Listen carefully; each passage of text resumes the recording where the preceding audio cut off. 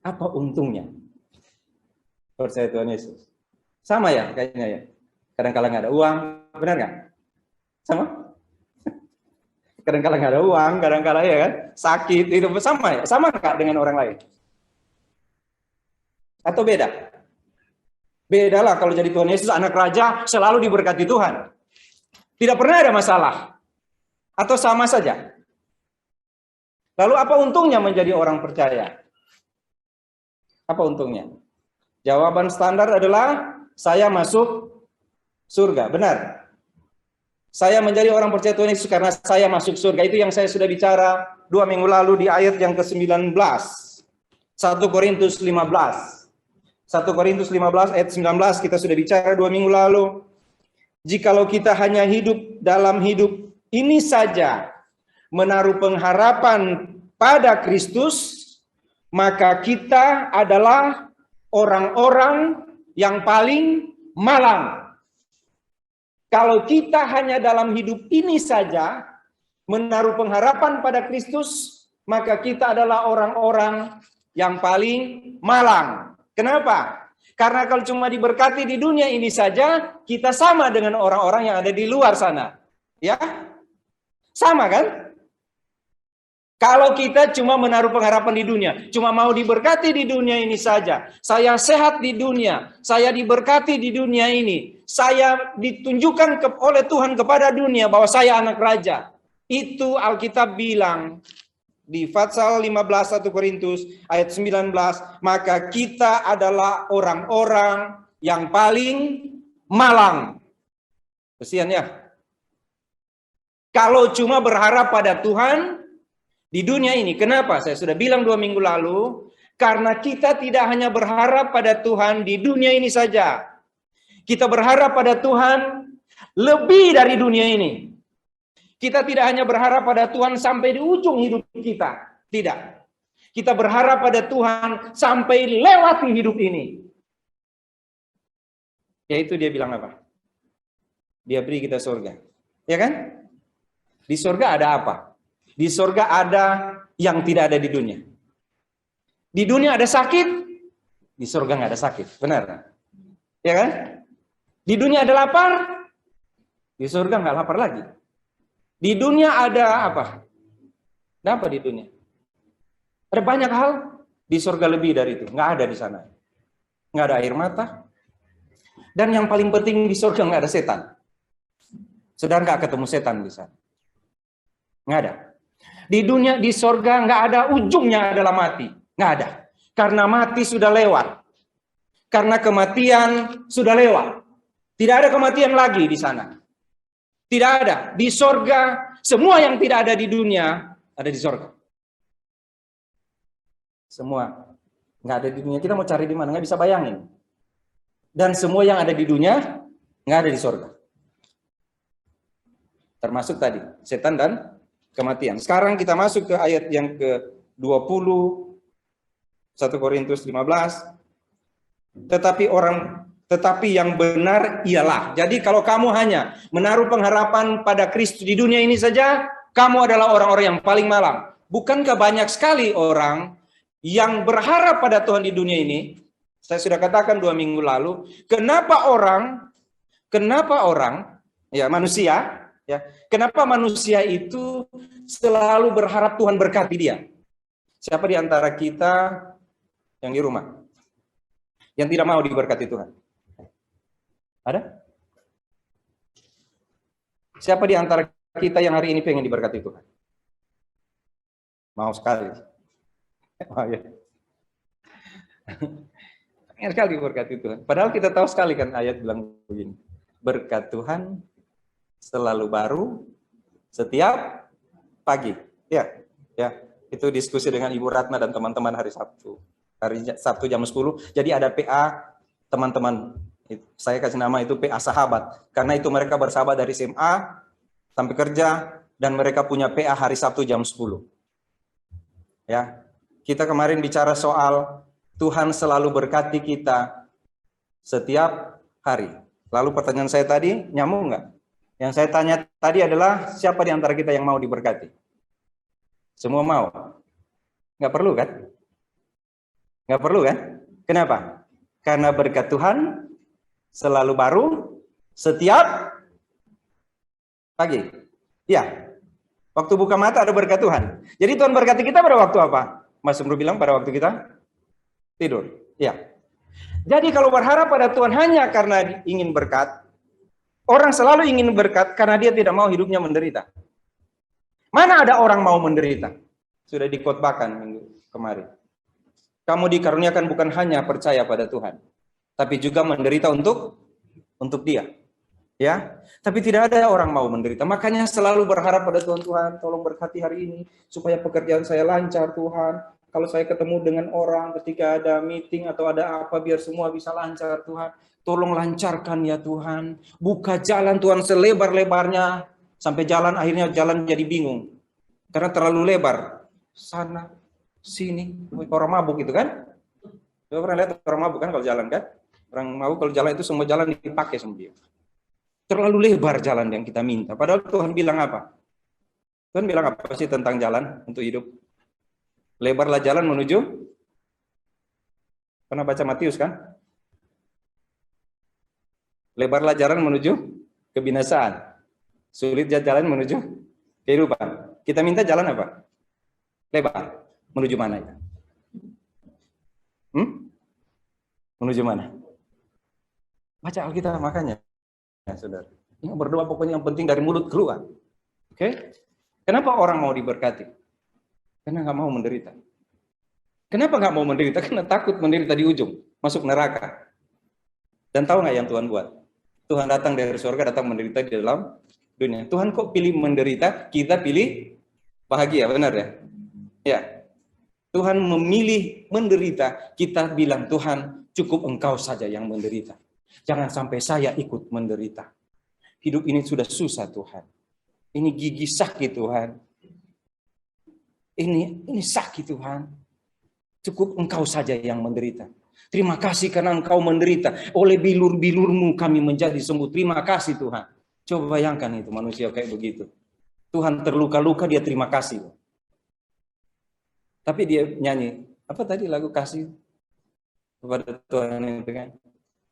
Terima kasih Tuhan. Atau apa yang begitu yang kasih? Kasih setiamu kurasakan tiap hari. Terima kasih karena bilur-bilurmu kami sembuh. Saudara boleh nggak bilang begitu ke papa Anda? Ya, Bapak lagi terluka-luka karena bekerja untuk memberi kamu hidup. Lalu kamu bilang terima kasih Papa. Sampai terluka-luka karena saya. Terima kasih Papa. Bagus kan gitu kan? Iya kan? Papa bilang apa? Nggak apa-apa nak, memang saya hidup untuk kamu. Kan begitu yang kita buat kepada Tuhan. Ya? Wah, Tuhan memberi saya lebih dari yang saya pikirkan. Itu yang. Sekarang lihat ya ayat 20. Nanti cuma ayat 20 lagi yang kita bahas ini. Ini.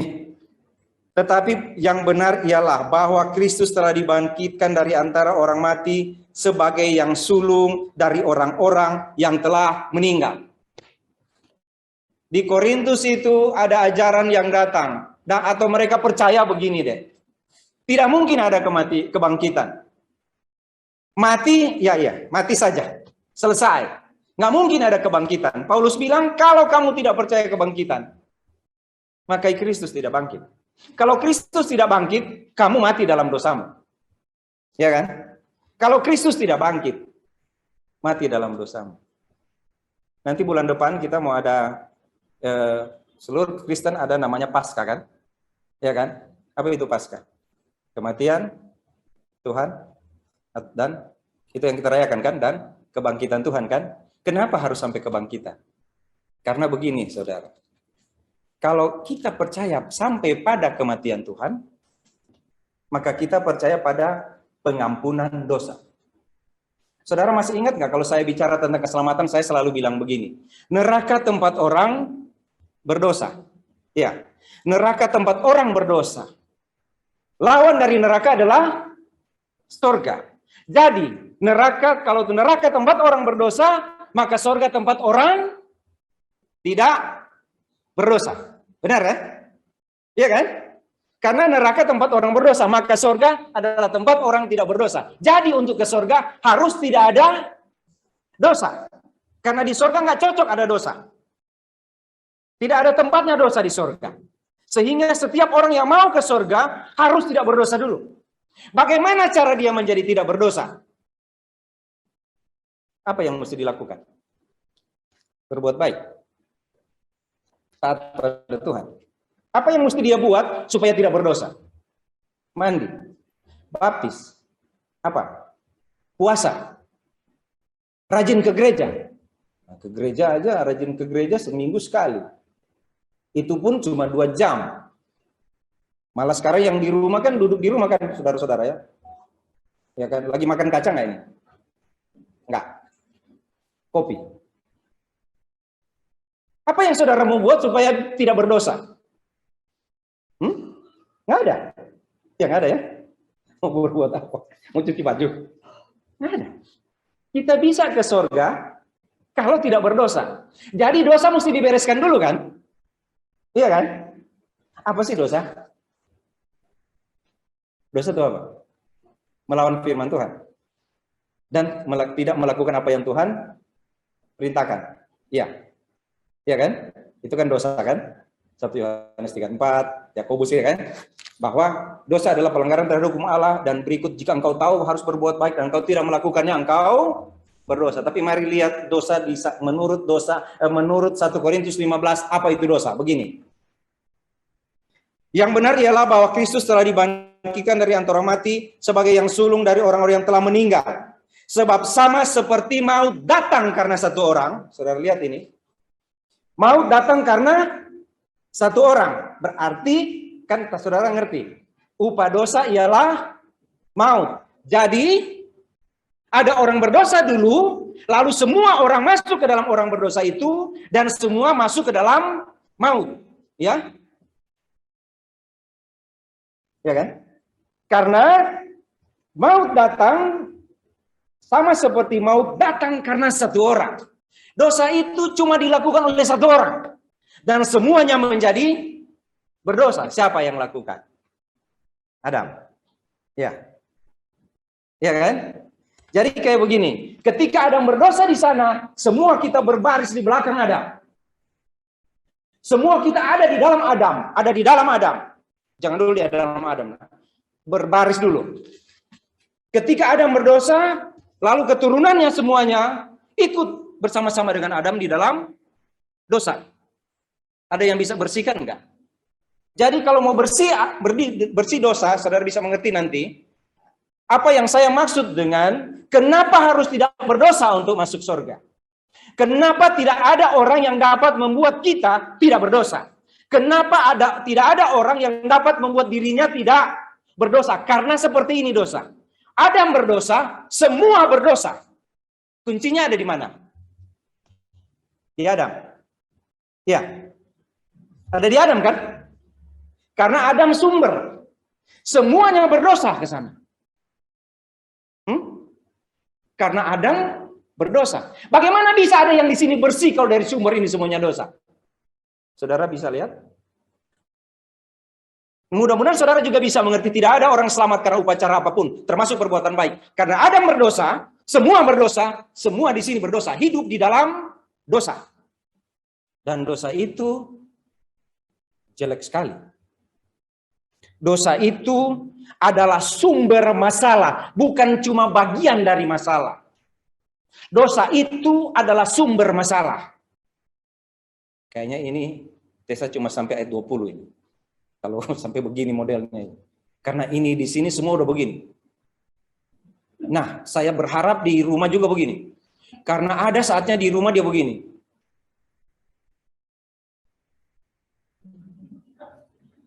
Jadi sebelum itu terjadi, matikan saja kameranya. Nanti saya teriak dari sini. Jadi sudah bisa dengar. Saudara, dosa itu adalah sumber. Sudah bisa dengar. Saudara, dosa itu adalah sumber. Ketika Adam diusir dari Taman Eden, semua terusir. Ketika Adam menderita, semua menderita. Ya? Kita tidak tahu apa itu sakit. Kita tidak tahu apa itu lapar. Kita tidak tahu apa itu duka. Kita tidak tahu apa itu air mata. Tetapi karena Adam melakukan dosa, semua seperti itu. Bapak-bapak mesti bekerja keras. untuk biaya hidup. Semua seperti itu. Yaitu ketika Adam berdosa, semua berdosa. Bisa mengerti sampai di sini? Kalau sudah mengerti kita tutup. Nanti minggu depan kita sambung ayat 21. Tapi kalau baru mengerti dosa itu, saudara pulang nggak dapat apa-apa. Bahaya. Benar? Adam berdosa, semua berdosa. Saya ada di belakang Adam. Saya anak Adam. Yang berdosa. Saya ikut Adam terus. Adam menuju mana? Upah dosa ialah maut. Bagaimana caranya? Saudara masih ingat yang saya katakan? Jangan terpengaruh dengan dunia ini kalau saudara sedang fokus ikut atau saudara sedang fokus ke arah Tuhan. Jadi begini, kita sedang menghadap ke sana. Oh, begini aja. Kita sedang menghadap segini. Oke? Kita sedang berjalan ke arah sana. Itu sudah bagus. Ya kan? Tetapi saudara tahu nggak? Kita bukan hanya berjalan ke arah sana, ke arah Tuhan. Kita tidak bisa berjalan ke arah Tuhan kalau Adam tidak disingkirkan dulu. Kita tidak bisa berpaling dari Adam kalau Adam tidak disingkirkan dulu. Dan yang ada di situ, di sana adalah Kristus. Pernah naik kereta kan? Ya kan? Pernah lah. Bukan kereta di Medan ya. Apa itu di depan?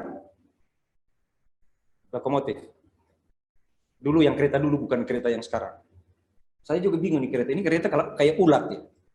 Maju sana. Terus saya pikir dia muter gimana ya? Dulu loh, waktu saya di Manado kan, di Manado nggak ada kereta. Nggak ada kereta api maksudnya. Jadi kita dulu waktu kecil diajar begini. Kalau di Jakarta, son hati-hati nyebrang jalan. Kereta api itu kenceng banget. Jadi kamu masuk di sana, kamu jangan coba-coba lari, son, katanya. Karena dia bisa nyambar kamu, katanya. Kenceng banget. Pas saya datang, enggak. Kereta batu bara itu lambat banget. Masih di 20 kilo sudah bunyi, ding dong, kita tunggu-tunggu, nggak lewat-lewat kereta. Tapi bukan itu ceritanya. Ceritanya lokomotif ini kok. Kereta saya. Terus dia balik gimana? Waktu kita jalan-jalan ke Bekasi, saya bilang, Mas Yanto, itu kereta di atas sana? Iya, itu paling ujung, Pak. Terus dia balik bagaimana? Dia muter gimana ya? Jago banget ya, yang apa namanya itu, masinisnya. Muter kemana? Oh enggak, Pak. Kan ada satu di sini. Jadi dia menuju ke sana sekarang, atau dia dorong dari belakang.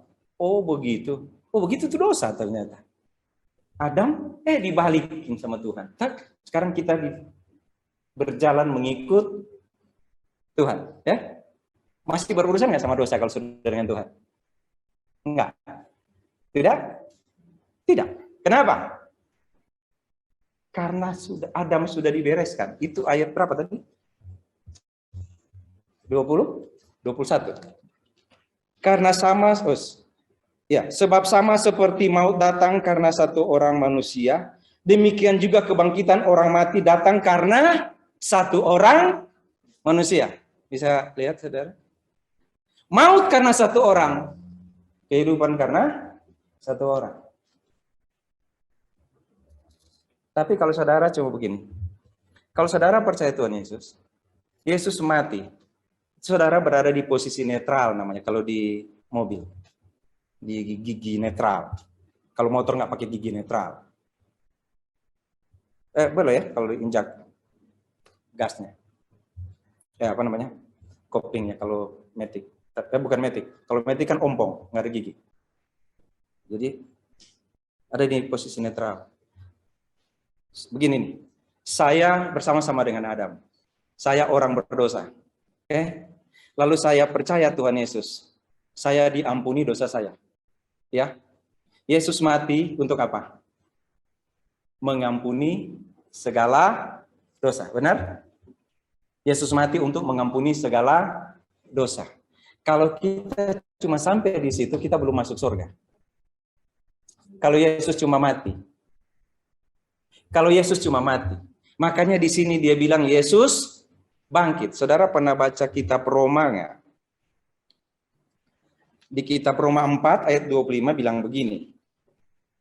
Kitab Roma pasal 4 ayat paling terakhir kalau nggak salah ya. Iya. Roma pasal 4 ayat terakhir bilang begini. Yaitu Yesus yang telah diserahkan karena pelanggaran kita dan dibangkitkan karena pembenaran kita. Begini, pada waktu kita percaya Yesus sudah mati, kita diampuni. Kita diampuni. Tetapi kita percaya Yesus bangkit, itu yang membenarkan kita. Ketika percaya Yesus bangkit, itu yang membenarkan kita. Nanti bulan depan kita akan bayar lagi gedung ini untuk perpanjang masa sewa. Ini ada beberapa yang kotor-kotor seperti ini, ya kan? Kalau ada yang kotor kan, apa yang kita mau buat? Kalau kotor kita harus apa dulu? Apa Pak Agung namanya yang kita gini-gini? Kita copot dulu yang apa? Atau seperti itu. Cuma ini kan di rumah kan nggak bisa lihat ya ke sana. Saya nggak mungkin putar kamera ke sana, ya kan? Pokoknya kalau ada yang rusak itu kayak begitu, kita harus keluarin dulu kan? Kita bersihin dulu kan? Itu bersihin namanya kan? Itu Yesus mati. Sekarang pembenaran apa? Kita cat lagi. Rusak, saya rusak, dibersihkan oleh Tuhan, baru dibersihkan lagi. Itu yang lama sudah berlalu, yang baru sudah datang. Saudara bisa mengerti itu keselamatan seperti itu? Bisa mengerti yang di rumah? Yaitu begini, kita orang berdosa karena Adam. Semua binasa karena Adam.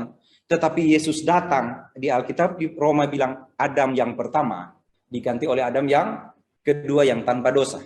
Oke? Semua karena Adam berdosa, Yesus ganti kita. Kita bukan hanya berjalan menuju Yesus, tapi kita berjalan di belakang Yesus.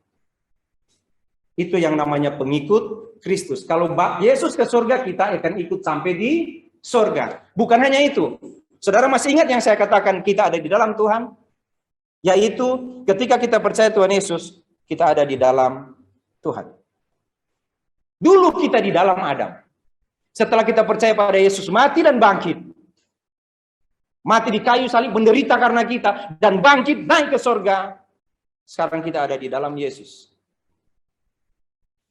Bukankah itu yang disebut dengan mengampuni segala dosa? Dan bukankah itu yang disebut dengan kamu sekarang berada di dalam Kristus? Itu sebabnya dia bilang, kalau kamu hanya berharap pada Tuhan di dunia ini, kamu adalah orang-orang yang paling malang. Karena harusnya kita mengerti bahwa ketika Adam membawa kita ke neraka karena dosa, Tuhan membawa kita ke surga. Kalau kita menghadap bersama-sama dengan Tuhan ke surga, maka dosa tidak punya tempat lagi dalam hidup kita. Ya, itu namanya status. Kita menjadi orang yang ada di dalam Tuhan. Bisa keluar enggak? Nggak bisa. Bisa minta berkat enggak? Bisa. Bahkan setiap hari ya. Ya. Pokoknya kalau sudah tidur malam, mudah-mudahan besok ada berkat baru. Kalau saya Tuhan, saya sentil tuh orang kayak gitu. Kan saya udah bilang, saya menyertai engkau senantiasa sampai akhir zaman. Kan saya sudah bilang kamu ada di dalam aku. Kamu sih nggak dengar-dengar. Berapa kali sih mau dibilangin? Benar nggak? Kalau dia gituin ke kita kira-kira jatuh di mana coba? Syukur Tuhan nggak begitu kan? Saya bilang ke ibu-ibu kemarin. Ibu lihat matahari di luar? Iya. Pernah minta nggak Tuhan biarlah besok ada matahari baru? Pernah? Enggak. Kenapa? Kita sangat tahu matahari akan terbit, benar nggak? Matahari terbit atau bumi berputar? Nah, pokoknya begitulah mengertinya. Ya? Kita berharap itu. Dan yakin sekali. Kenapa kalau berkat Tuhan kita harus bersujud-sujud, apalagi waktu minyak goreng nggak ada, Ibu Yosi? Tuhan Yesus, biarlah besok ada minyak goreng. Saya bilang, Ibu Yosi, salah doa. Biar nggak ada minyak goreng, yang penting ada beras. Mau ada minyak goreng, terus mau goreng apa? Gimana? Tuhan bilang apa? Karena satu orang berdosa, sekarang karena satu orang, harusnya semua. Nah, pertanyaannya gini, kenapa waktu Adam semua berdosa? Kok Yesus nggak semua selamat? Coba, kenapa? Saya tutup khotbah di pertanyaan itu. Boleh? Kenapa waktu Adam? Pertanyaan itu. Boleh. Kenapa waktu Adam semua jatuh dalam dosa? Kok waktu Yesus kenapa nggak semua selamat? Kenapa ya? Hah? Ada nggak di sini jawabannya?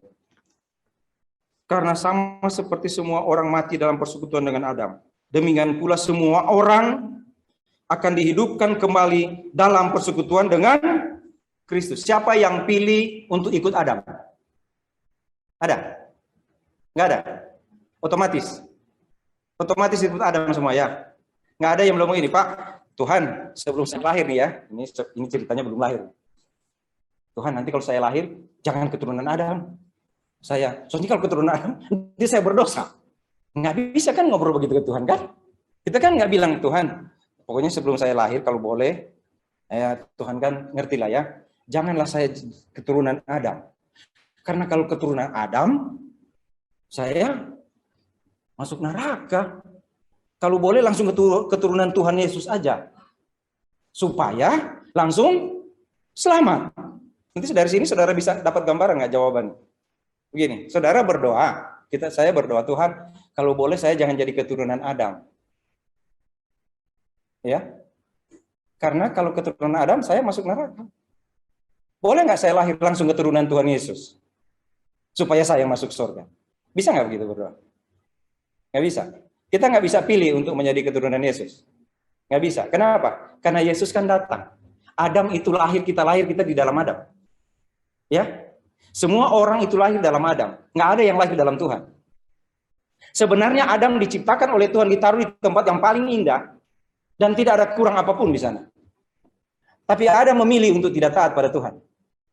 Lihat ini. Tuhan taruh di Taman Eden. Nanti kalau Eden dengar, dia bilang begini. Aku ada di Alkitab, ternyata Pak. Karena namanya kan Eden. Padahal itu Eden itu Ekindeni. Nama mamanya sama nama papanya, bukan Taman Firdaus sebenarnya. Tapi nggak apa-apa lah, ya kan? Tuhan taruh di Taman Eden. Indah sekali dia. Lalu dia memilih apa? Memilih untuk tidak taat pada Tuhan. Bisa lihat? Ya, waktu dia jatuh dalam dosa, dia memilih untuk tidak taat pada Tuhan. Sekarang Tuhan datang. Dia tadi sudah pilih apa? Dia tuh sudah pilih untuk tidak taat. Sekarang Tuhan Yesus datang. Kenapa nggak langsung masuk aja? Selamat. Kenapa? Karena tadi dia memilih untuk tidak taat. Dia memilih untuk tidak percaya pada Tuhan. Sekarang ketika Tuhan Yesus mati, maukah dia juga mengambil keputusan untuk percaya pada Tuhan? Balik dari dosa kepada Tuhan. Bukankah Tuhan datang dan tanya, Adam, Adam, di manakah engkau? Dan apa yang Adam bilang? Tuhan, pada waktu aku dengar suaramu, aku sembunyi. Tetap Tuhan cari? Ya, itu Tuhan. Tapi apakah Adam mau datang pada Tuhan? Apakah anak keturunan Adam mau datang pada Tuhan ketika dia bilang begini? Yang sangat penting sudah kuberitakan kepadamu.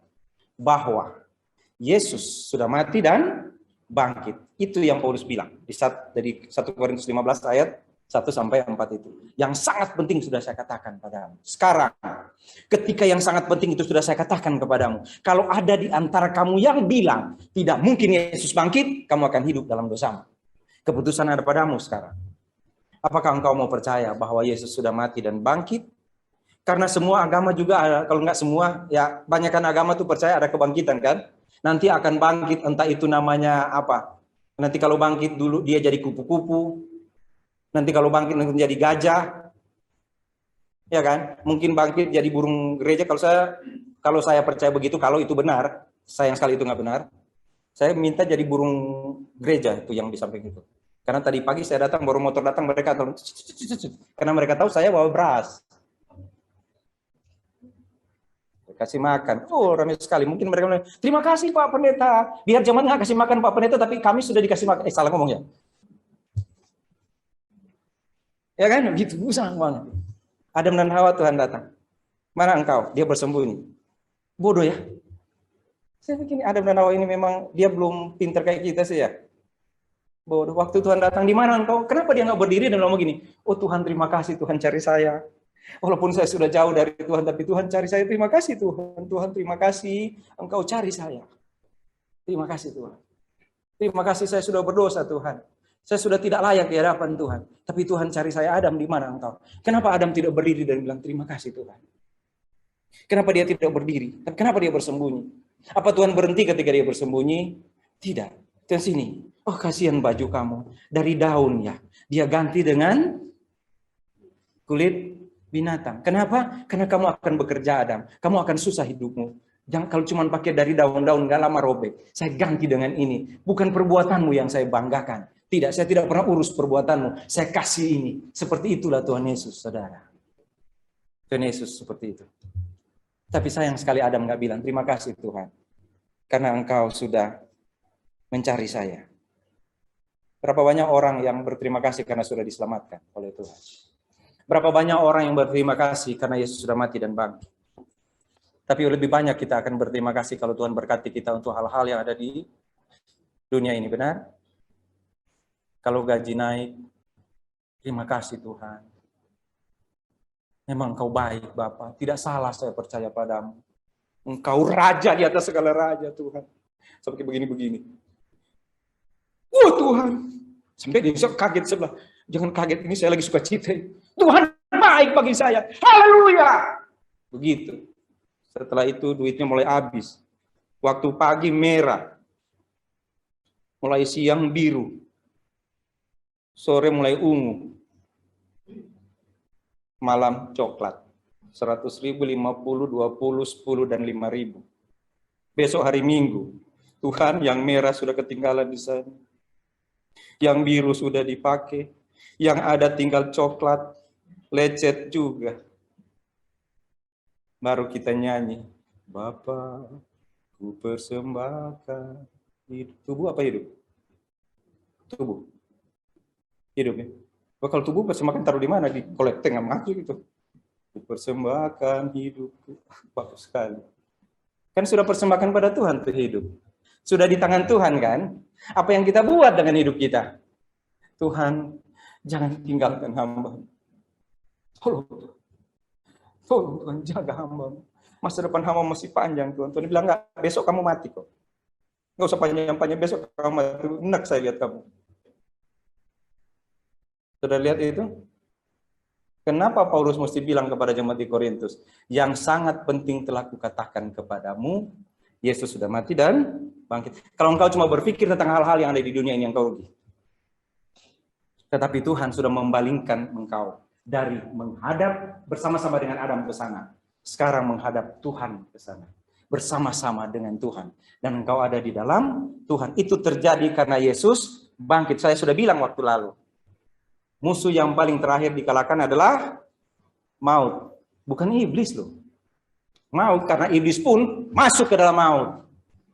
Yang paling terakhir sudah dikatakan adalah maut. Kalau maut dia sudah kalahkan. Apalagi yang tidak bisa dia kalahkan. Ada sekarang yang masih rencana masa depan saya seperti apa? Ada nggak? Anak-anak muda, apakah engkau lagi berpikir, Tuhan, tolonglah buka masa depan saya di hadapan saya? Perlu berdoa begitu, tapi tolong ingat, engkau sedang berjalan bersama-sama dengan Tuhan. Engkau sedang ada di dalam tangan Tuhan yang Maha Kuasa. Engkau ada di situ. Engkau ada bersama-sama dengan Tuhan. Karena dia bayar engkau mahal. Dia tidak hanya mati, tapi dia bangkit. Dan ketika dia bangkit, dia bilang yang sulung. Yaitu dia yang pertama bangkit dengan tubuh kemuliaan. Lazarus sudah bangkit, tapi tubuh biasa. Tapi Yesus bangkit dengan tubuh kemuliaan, itu yang dimaksud dengan yang sulung. Jadi, kalau ibu-ibu, bapak-bapak, anak-anak muda, siapapun kita tidak bisa selamat dengan apapun. Karena kita berada di dalam Adam. Tapi Yesus mengganti itu. Yesus mengambil kita dan pindah ke dalam dia ketika dia mati dan bangkit. Ketika dia bangkit, dia naik ke surga. Apa yang terjadi? Sekarang kita ada nama di sana. Maukah? Gitu kan? Maukah senang, senang, sungguh senang, sambut Yesus di hatimu. Benar? Yang belum terima Yesus, yang belum bilang pada Yesus, terima kasih Tuhan Yesus. Engkau mengampuni segala dosa saya. Engkau bahkan membawa saya menjadi milikmu. Saya bukan lagi milik dosa sekarang. Bilang pada Tuhan sekarang. Kalau engkau sudah bilang itu pada Tuhan, Sekarang bilang, orang yang sudah percaya pada Tuhan, katakan pada Tuhan, terima kasih Tuhan, saya ada di dalam Engkau, Engkau menjaga hidup saya. Ada masalah dalam kehidupan saya. Ada masalah dalam pekerjaan saya, ada masalah dalam usaha saya, ada masalah dalam apapun, bahkan dalam pelayanan saya ada masalah Tuhan. Tapi Tuhan, masalah paling besar sudah Engkau selesaikan. Sumber segala masalah sudah Engkau selesaikan, yaitu dosa. Maka tolong saya untuk ingat bahwa Engkau ada bersama-sama saya dalam masalah saya. Tuhan, ada saat saya terluka. Tolong ingat saudara. Tuhan Yesus sudah terluka karena Engkau. Tuhan, kadangkala saya seperti ini. Tolong ingat saudara, dia melewati semua itu. Bahkan dia sudah bangkit.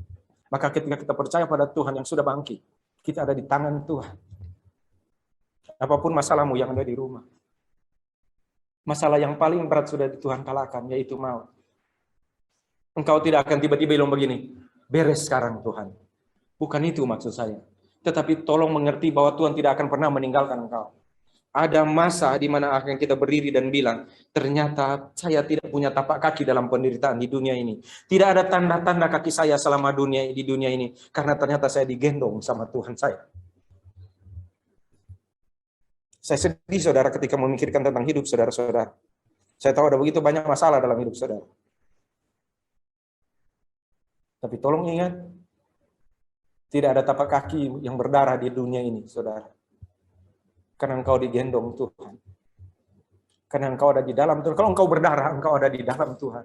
Dan ketika ada darah menetes ke dunia ini, bukan darahmu, tetapi darah Tuhan Yesus.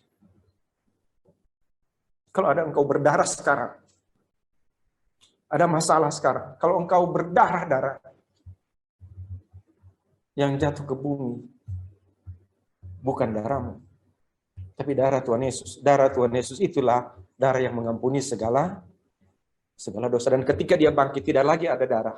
Lihat luka. Ada tanda luka ini. Tapi darah tidak ada lagi. Kenapa? Darah itu sudah membayar mahal dosamu. Sekarang engkau ada di dalam Tuhan. Mari kita berdoa.